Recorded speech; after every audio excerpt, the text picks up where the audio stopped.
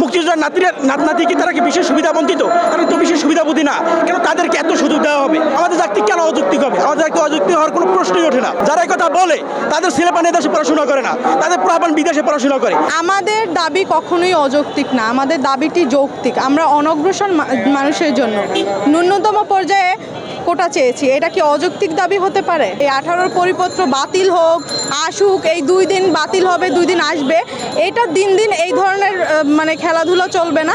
এটার একটা স্থায়ী সমাধান আনতে হবে। এই দাবিটা স্থায়ী সমাধানের জন্য দাবি, এটা কখনোই অযৌক্তিক দাবি হতে পারে না।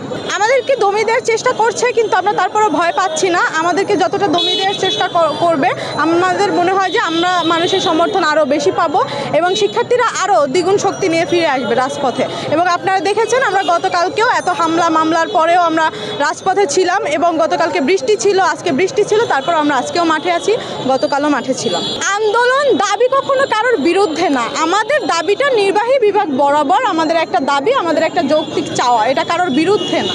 কোটাটা থাকতে হবে যৌক্তিক পর্যায়ে এবং যাদের জন্য আসলেই কোটা দরকার তাদের জন্য থাকতে হবে। কোটা যদি যাদের দরকার নেই তাদের জন্য রাখা হয় সেটাও সুবিধার না, কোটা যদি একদমই না রাখা হয় সেটাও সুবিধার না। কোটা দরকার আছে অনগ্রসর জাতির জন্য, তবে সেটা অবশ্যই ন্যূনতম পর্যায়ে যৌক্তিক মাত্রায়। যেখানে বাংলাদেশে 20 কোটির উপর জনগণ, সেখানে যারা অনগ্রগোষ্ঠী, যাদের জন্য সংসদে কথা ছিল যে তাদের জন্য এগিয়ে নেওয়ার জন্য কোটা সিস্টেম চালু করে, সেখানে সরকার চাইলে তাদের এগানোর জন্য 5% দিতে পারে, কিন্তু সেখানে তারা 30% কীভাবে দেয়? আপনি একটা হিসাব করেন, বাংলাদেশে 20 কোটি জনগণ, সেখানে সরকারের হিসাবে বাংলাদেশে মুক্তিযোদ্ধা আছে 6,500, ঠিক আছে? সে অনুপাতে আপনি ভাগ করলে আমাদের সাধারণ শিক্ষার্থী এবং মুক্তিযোদ্ধার অনুপাত দাঁড়ায় 333 × 1, সেখানে 333 জনের একজন সাধারণ শিক্ষার্থী পায়। সেখানে কীভাবে 30% তাদেরকে দেওয়া হয়? তাহলে কত পার্সেন্ট হয়? তাদেরকে 30 দিয়ে যদি আমরা ডিভাইড করি তাহলে এখানে 11 গুণ দেওয়া বৃদ্ধি হয়। কোন দেশের ভিতরে আছে যে একদম একটা জাতিগোষ্ঠীকে 11 গুণ বৃদ্ধি করে তাদেরকে অগ্রসর করা হবে? এটা তো সংবিধানের কথা বলা হয় নাই।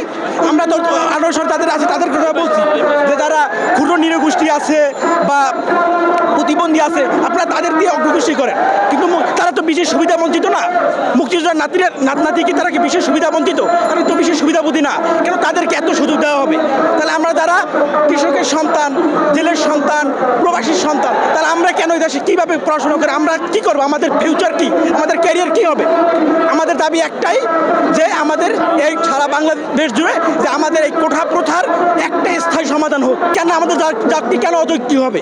আমাদের জাতি কেন অযৌক্তিক হবে? আমাদের জাতি অযৌক্তিক হওয়ার কোনো প্রশ্নই ওঠে না। যেখানে যারা এই কথা বলে তাদের ছেলেপান দেশে পড়াশোনা করে না, তাদের পোলাপান বিদেশে পড়াশোনা করে, তাদের দেশে সরকারের পোলাপানের চাকরির প্রয়োজন নেই, আমাদের চাকরির প্রয়োজন আছে।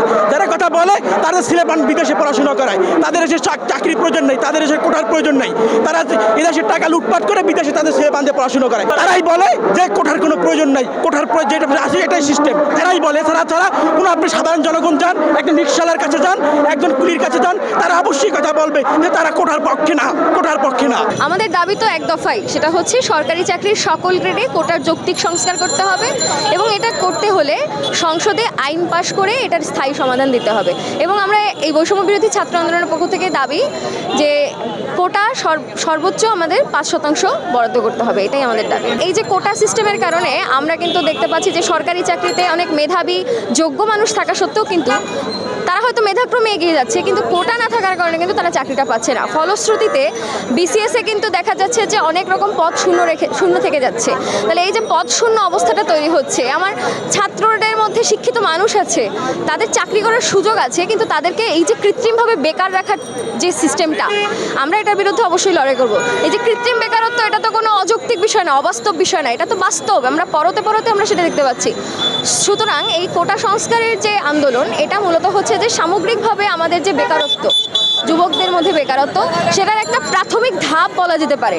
সেই জায়গা থেকে এবং মেধাবীদের মূল্যায়নের জায়গা থেকে এই আন্দোলন যৌক্তিক এবং এটার সাথে এটা তারা হয়তো বলতে পারে তারা অযৌক্তিক, তারা সংসদে বসে বলতে পারে অনেক কিছুই, মন্ত্রিসভায় অনেক কিছুই বলতে পারে, কিন্তু আমরা এই মাটিতে দাঁড়িয়ে যখন, রাজপথে দাঁড়িয়ে যখন মুভমেন্টটা করছি, তখন সাধারণ শ্রমজীবী মানুষ থেকে শুরু করে অভিভাবক সবাই কিন্তু আমাদেরকে সমর্থন দিয়ে যাচ্ছেন। সুতরাং পরিস্থিতির সময় এবং সমর্থনই কিন্তু আমাদের অবস্থাটা পরিষ্কার করে দিচ্ছে। আমাদের দেশে যে প্রতিবন্ধী যারা আছেন, এই ডিসেবল যে মানুষেরা যারা আছেন, এবং সমাজের যে পিছিয়ে রাখা জনগোষ্ঠী যারা আছেন, সমাজের যে আদিবাসী জনগোষ্ঠী যারা আছেন, নৃতাত্ত্বিক জনগোষ্ঠী যারা আছেন, এনাদেরকে কিন্তু আমাদের আগে একটু সুবিধা দিতে হবে এবং নারীদের ক্ষেত্রেও কিন্তু সেক্ষেত্রে আমাদের বিবেচনা রাখতে হবে যে সমাজের মানে সব এলাকার মানুষ তো সমানভাবে কিন্তু এগিয়ে আসছে না বা সেই জায়গায় উন্নয়নটা ঘটে নাই।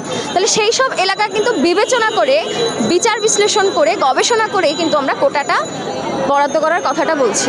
আমরা বারবার বলছি যে অন্তত যদি এখানে একটা কমিশন গঠন করা হয়, সেই কমিশনে আন্দোলনরত শিক্ষার্থীদের প্রতিনিধিরা যাবে, সেই কমিশনে যারা এই কোটা কতটুকু নির্ধারিত করা যাবে, যারা সমাজ বিশ্লেষক যারা আছেন, যারা অর্থনীতি বিশ্লেষক আছেন, তাদেরকে নিয়ে এটা একটা কমিশন গঠন করা হোক এবং সেটার মাধ্যমে কোন খাতে কতটুকু কোটা রাখা হবে সেটা বিবেচনা করা হোক। আমরা তো সেটাই বলছি।